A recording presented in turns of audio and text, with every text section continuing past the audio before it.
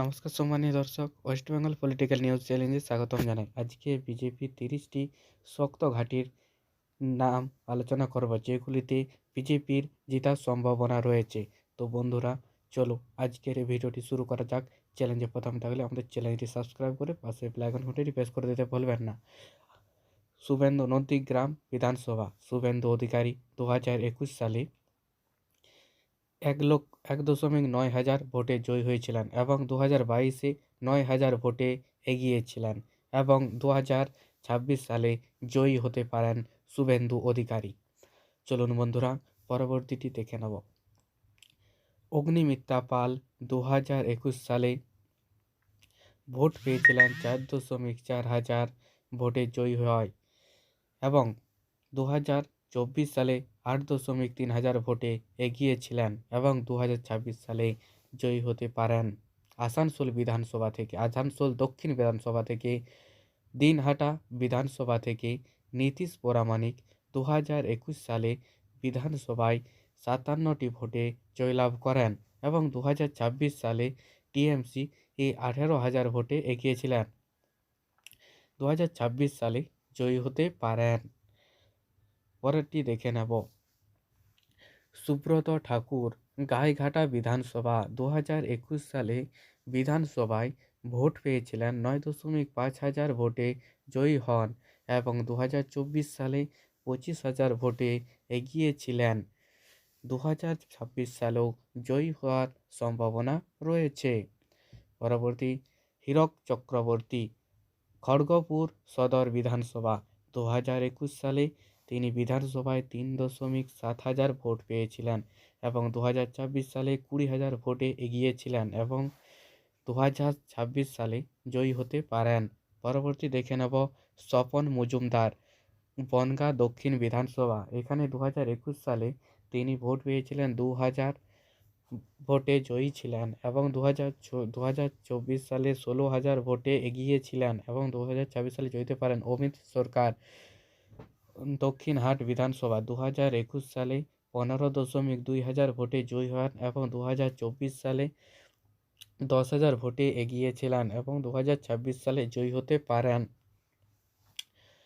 কল্যাণী বিধানসভা অমিতা রায় 2021 সালে 2.2 হাজার ভোটে জয়ী হন এবং 2024-এ 9,000 ভোটে জয়ী হন। বলছে সুনীল কুমার বর্মন মাথাভাঙ্গা বিধানসভা থেকে 2021 সালে 26,000 ভোটে জয়লাভ করেন এবং 2024-এ 10,000 ভোটে জয়ী হন।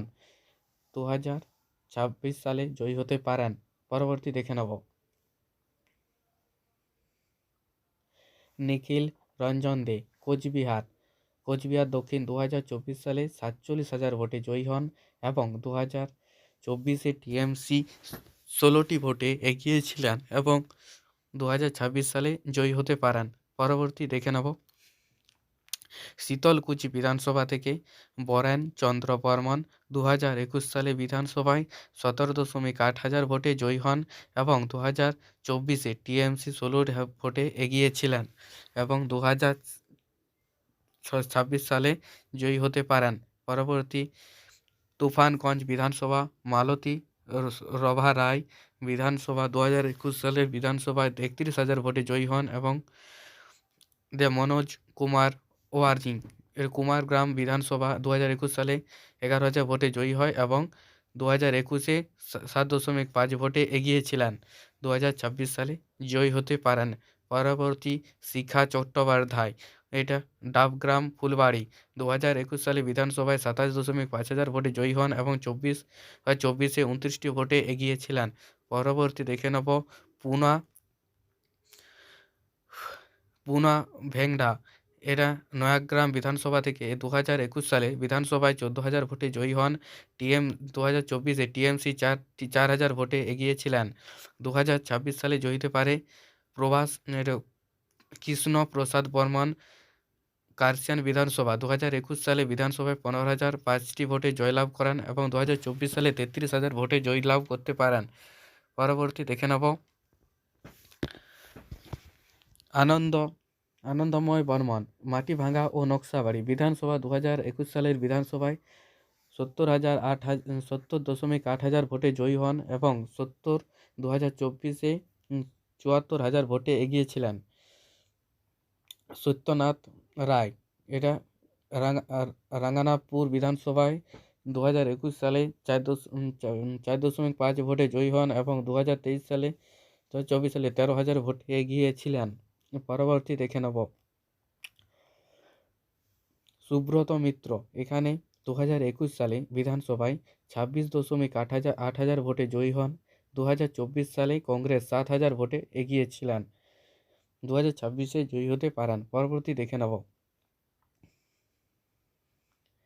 জয়পুর বিধানসভা নরহরিশ মাহাতো 2021 সালে বিধানসভায় 2.1 হাজার ভোটে জয়ী হন এবং 2026-এ টিএমসি 6,000 ভোটে এগিয়েছিলেন। 2026-এ জয়ী হওয়ার সম্ভাবনা রয়েছে। এটা সত্যনারায়ণ মুখার্জি, ছাদনা বিধানসভায় 2021 সালে বিধানসভায় 7.1 হাজার ভোটে জয়ী হন এবং 2024-এ টিএমসির 5,000 ভোটে এগিয়েছিল। 2026 সালে জয়ী হতে পারেন। পরবর্তী দেখে নেব নীলাদ্রি শেখর দানা, বাঁকুড়া বিধানসভায় 2021 সালে 4.1 হাজার ভোটে জয়ী হন এবং 2024-এ 13,000 ভোটে এগিয়েছিলেন। 2026 সালে নদী চন্দ্র রায়, ওঁদা বিধানসভা অমরনাথ শাখা 2021 সালে বিধানসভায় 11.5 হাজার ভোটে জয়ী হন। 2024-এ 5,000 ভোটে এগিয়েছিলেন। ভোটে জয়ী হতে পারেন। পরবর্তী দেখে নেব ইন্দ্রাস বিধানসভা নিখিল ধারা 2021 সালে বিধানসভায় 7.2 হাজার ভোটে জয়ী হন এবং 2024 সালে টিএমসি 10,000 ভোটে এগিয়েছিল। 2026-এ জয়ী হতে পারেন। শীতল কপাট 2021 সালে বিধানসভায় 900 ভোটে জয়ী হন এবং 2024 সালে টিএমসি 5,000 ভোটে এগিয়েছিলেন। পরবর্তী দেখে নেব সোমেন রায়, এর কালীগঞ্জ বিধানসভা থেকে 2021 সালে বিধানসভায় 21.8 হাজার ভোটে জয়ী হন এবং 2026-এ জয়ী হতে পারেন। শঙ্কুর ঘোষ 2021 সালে বিধানসভায় 35.5 হাজার ভোটে জয়ী হয় এবং 24 হাজার ভোটে জয়ী হন শিলিগুড়ি বিধানসভা থেকে। পরবর্তী দেখে নেব অনুপ সাহা, দুরবারাজপুর বিধানসভা থেকে 2021 বিধানসভায় 3.4 হাজার ভোটে জয়ী হন। পরবর্তী দেখে নেব